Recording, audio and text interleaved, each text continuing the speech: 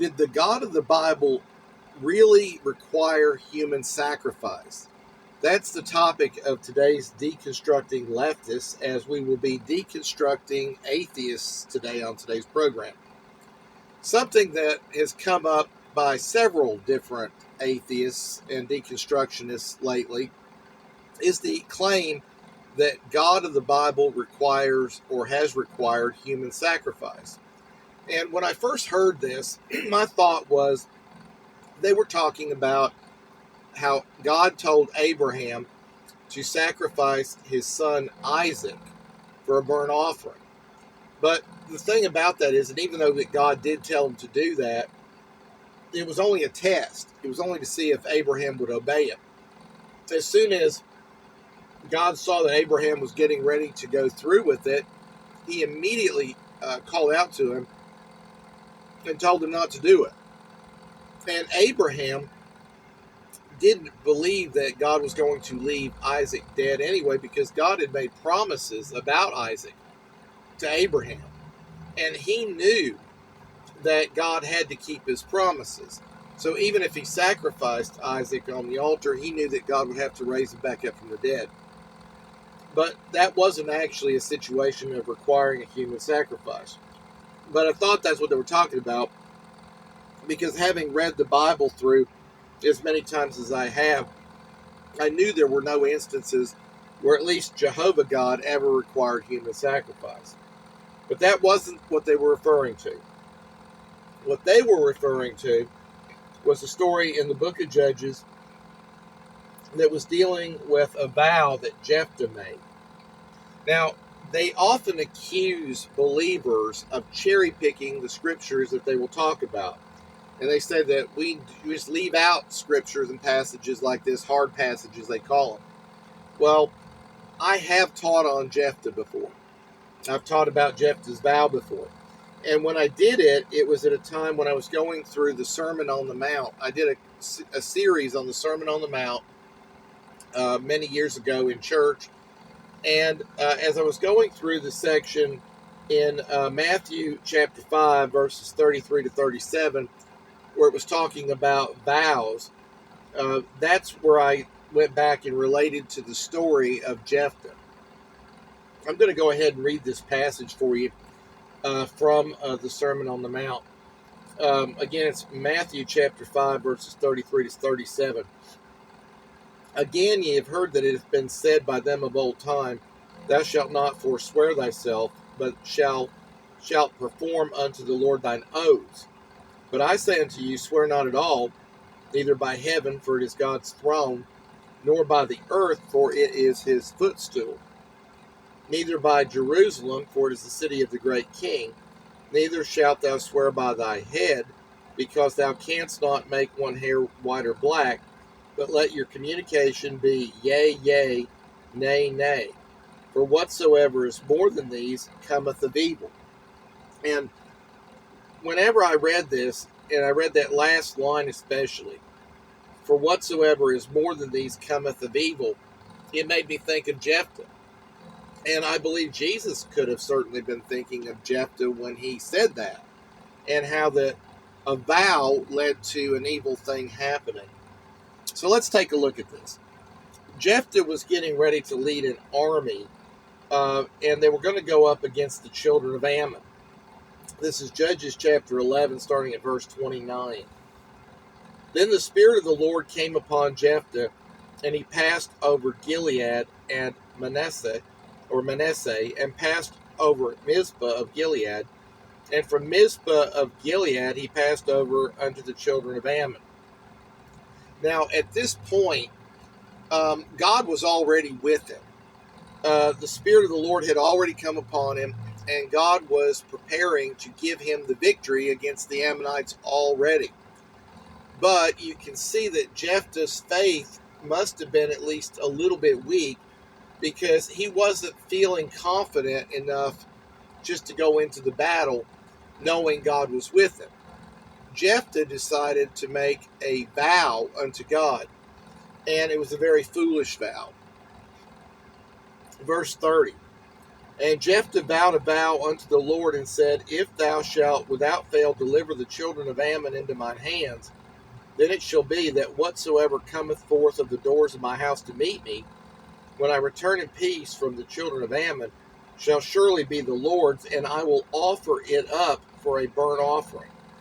Now, I've read this before many times, and I have wondered what in the world was Jephthah thinking here with this particular vow. Of all the things he could have vowed, why would he vow something like this? And what did he expect would come out of the door of his house to meet him? Did he think it was one of his servants? Did he think an animal was going to come out the door? What was he thinking? There was no reason to believe an animal was going to come out the door to meet him. And so you'd figure it's probably going to be a person. Could have maybe been a servant.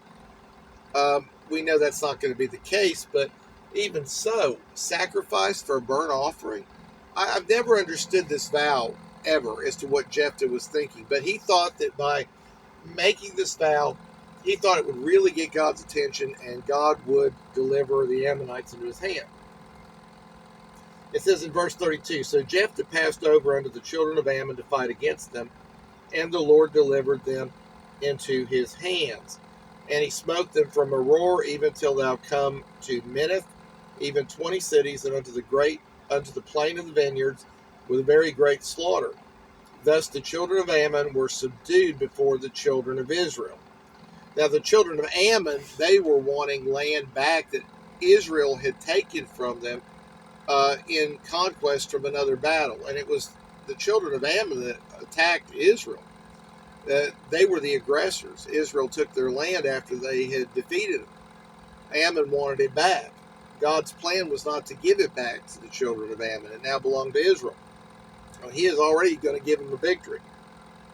Now, a lot of people go down here to verse 32, and where he says, the Lord delivered them into his hands. And what they're trying to claim is that God, because of the vow of Jephthah, gave him the victory. There is nothing in this passage ever that indicates that God gave the victory because of this. Matter of fact, again, back up at verse 29, the Spirit of the Lord had already come upon Jephthah, and he was already with them to go into the battle because it wasn't his will that the children of Ammon get this land back. He was already going to give them the victory. Jephthah made this foolish vow all by himself. Now you say, well, God saw the vow he made. Why did God give the victory? Well, look at it like this. First of all, it was God's will that Israel retain that land. Also, an army from Israel was going up against the children of Ammon. So, if God allowed the children of Ammon to defeat Israel over this silly vow that was made by Jephthah, how many people of Israel would have died because of that? So, I don't blame God for this at all. I blame Jephthah. It was a lack of faith on his part that caused him to do this. And I also blame him because it was such a presumptuous vow to make, giving no real thought to what the possible consequences would be. And they were tragic consequences. Let's look at what happened starting in verse 34. And Jephthah came to Mizpah unto his house, and behold, his daughter came out to meet him with timbrels and with dances. And she was his only child. Beside her he had neither son nor daughter. And it came to pass, when he saw her, that he rent his clothes, and said, Alas, my daughter, thou hast brought me very low, and thou art one of them that trouble me. For I have opened my mouth unto the Lord, and I cannot go back. Why was he scared about going back on a vow? Because he was afraid if he went back on the vow, it would bring judgment on all of Israel, because sometimes that would happen. Somebody would sin, and it would bring a judgment on the entire congregation. And he didn't want to take a chance on breaking a vow. He was more scared of that than he was about fulfilling this vow about his only daughter. Again, I don't understand Jephthah at all in making such a silly vow, but he did. He put himself in a no-win situation. Because if he violated a vow that was a very serious thing, and it could have brought plagues on Israel. It could have done all kind of things. But God never required human sacrifice, and he was going to basically have to kill his own daughter to fulfill this vow. Let's continue on. Verse 36. And she said unto him, My father, if thou hast opened thy mouth unto the Lord, do to me according to that which hath proceeded out of thy mouth. For as much as the Lord hath taken vengeance for thee of thine enemies, even the children of Ammon. And she said unto her father, Let this thing be done for me. Let me alone 2 months, that I may go up and down upon the mountains, and bewail my virginity, I and my fellows. And he said, Go, and he sent her away for 2 months, and she went with her companions and bewailed her virginity upon the mountains. And it came to pass at the end of 2 months that she returned unto her father, who did with her according to his vow, which he had vowed, and she knew no man. And it was a custom in Israel that the daughters of Israel went yearly to lament the daughter of Jephthah the Gileadite 4 days in a year. Now, I have heard some apologists twist this before, where they claim that Jephthah's daughter wasn't sacrificed, that the only thing that happened as a result of all this is that she remained a virgin the rest of her life and was never able to marry. The Bible doesn't say that. I appreciate the fact that they want to try to make lighter of the story than what it was, but that's not what happened. It says that he had done unto her according to his vow which he had vowed. And what was the vow? Again, if you go back to verse 31, it shall be that whatsoever cometh forth of the doors of my house to meet me, when I return in peace from the children of Ammon, shall surely be the Lord's, and I will offer it up for a burnt offering. So there's no doubt in my mind that that's what Jephthah did. He sacrificed his only daughter as a burnt offering unto God. And Jephthah's daughter was such a virtuous woman of faith, she didn't want to take a chance on anything coming upon Israel because of the vow being broken. So she willingly gave herself up to be killed as a sacrifice. But again, the question is, did God require this? The answer is absolutely not. God never required this vow. God didn't give the victory because of the vow. He was already going to give the victory. So while the apologists are over here trying to make out like she wasn't sacrificed, and we know she was, the atheists are slandering God by saying that God required the sacrifice, he honored it, and he gave the victory because of it. You'll never find anything even close to that in the scripture if you look it up. But the atheists are so determined to make God look bad. They're not content with stories the way they are. And I think part of the reason for that is because they're not getting anywhere with it. A lot of them thought that if they just went through the Bible and started pointing out that God didn't condemn slavery, or God, drowned all these people in Noah's flood, like we've never heard that story before, if they would do that and really make him look bad as they could, they thought it would turn everybody against God, and it wasn't working. So now they want to slander God by claiming he required human sacrifice when he never did. The closest thing he ever came to that was telling Abraham to sacrifice his son Isaac, but stopping him at the last minute because he saw that Abraham believed God and was willing to do it. And that's all he was testing him to see. And some would say, well, God should have known he was willing. Yes, God knew it, but he wanted Abraham to do it anyway.